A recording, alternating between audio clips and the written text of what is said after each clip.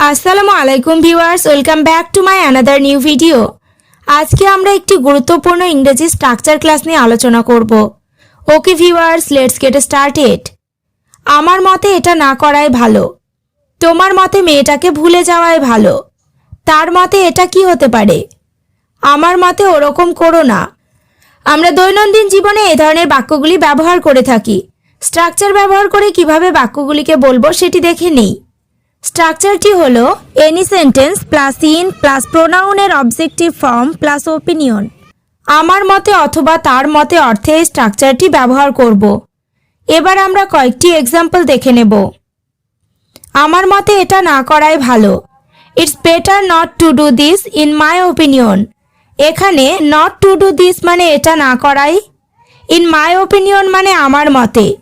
আবার মাই হলো আই প্রোনাউনের objective form. It's better not to do this in my opinion. আমার মতে এটা না করাই ভালো। নেক্সট, তোমার মতে মেয়েটাকে ভুলে যাওয়াই ভালো। It's better to forget the girl in your opinion. এখানে ইটস বেটার টু ফরগেট মানে ভুলে যাওয়াই ভালো, দ্য গার্ল মানে মেয়েটাকে, ইন ইয়োর ওপিনিয়ন মানে তোমার মতে।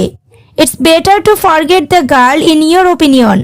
তোমার মতে মেয়েটাকে ভুলে যাওয়াই ভালো। পরেরটা, তার মতে এটা কি হতে পারে? What may be this in her opinion. এখানে হোয়াট মে বি মানে কি হতে পারে, দিস মানে এটা, ইন হার ওপিনিয়ন মানে তার মতে। What may be this in her opinion. তার মতে এটা কি হতে পারে। নেক্সট, আমার মতে ওরকম করো না।